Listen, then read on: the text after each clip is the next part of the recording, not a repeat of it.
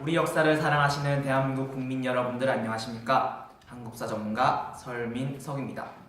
올해로 강복 72주년이 되는 해인데요. 강복전 일제감정 시대 때의 아픔, 상처, 그리고 일본군 위안부 이야기를 담은 영화가 제작되었다고 합니다. 바로 I Can Speak인데요.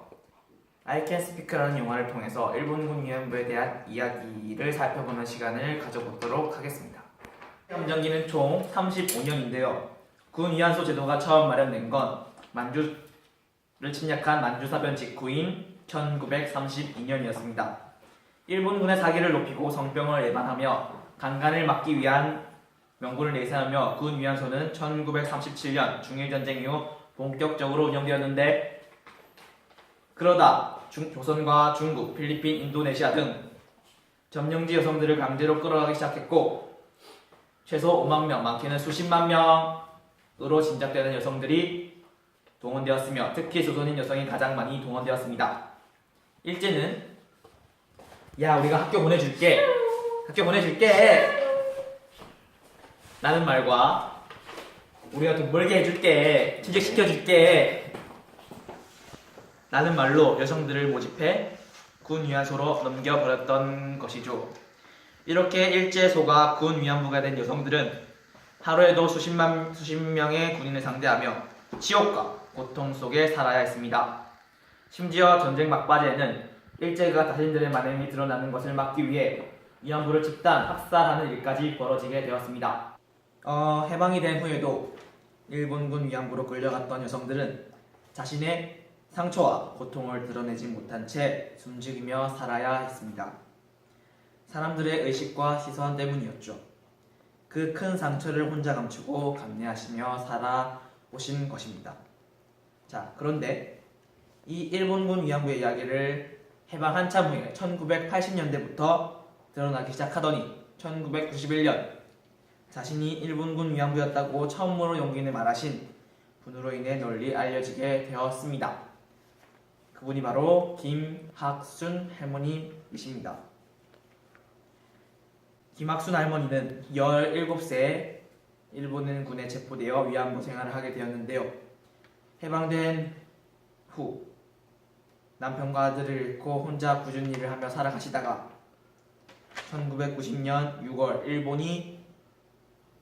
일본군은 군대 위안부 문제에 관여하지 않았다 라고 망언을 발표하자 격분하시며 1991년 8월 14일 한국전신대 문제대책협의회에서 대한민국 거주자로 처음으로 일본군 위안부의 실상을 실명으로 증언하셨습니다. 그렇다면서 내 말을 다 들으면 너는 편할 것이고 내 말을 반항하고 내가 안 들으면 너는 여기서 죽은 거야. 근데 그때 결국은 그 사람한테 참 기집애가 좀 이제 강간을 당하는 그 참혹한.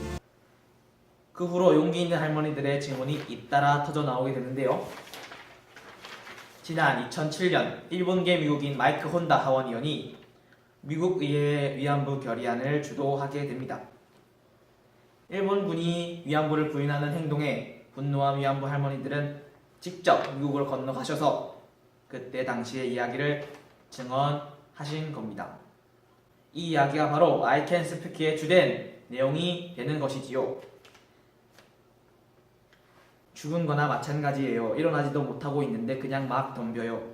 군인이 여기를 때려가지고 고막이 터졌어요. 고막이 터지면 안 들립니다. 이 귀가 안 들려요.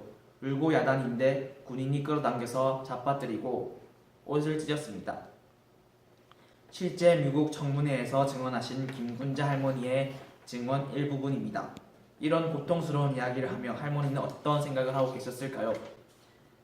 해방을 맞이한 후에도 38일을 걸어서 조국으로 돌아왔다고 말하는 김군자 할머니는 위안소에서 하루 40여 명을 상대했다고 합니다. 지옥 같은 고통을 당했을 때 내 나이 겨우 13살이었어. 13살. 나는 죽지 못해 살았어. 고향을 그리워하며 내 가족을 만날 날을 기다리며. Let me be perfectly clear. we were threatened and forced into being sex slaves for the Japanese army. We have lived our entire lives in torment because of those memories of hell. But Japan's elegant attitude as they avoid responsibility gives us more pain and anger. 일본 정부는 1990년까지 위안소는 일본군이 한 일이 아니다. 위안부는 자원에서 온 사람들이야. 하고 위안부 문제를 무시했는데요. 잘못은 언제나 드러난다고 하죠. 미국에서 일본군이 위안부를 모집한 문서를 찾아내자 일본은 그제서야 일본군이 위안부를 강제로 동원한 것을 부분적으로 인정하게 됩니다.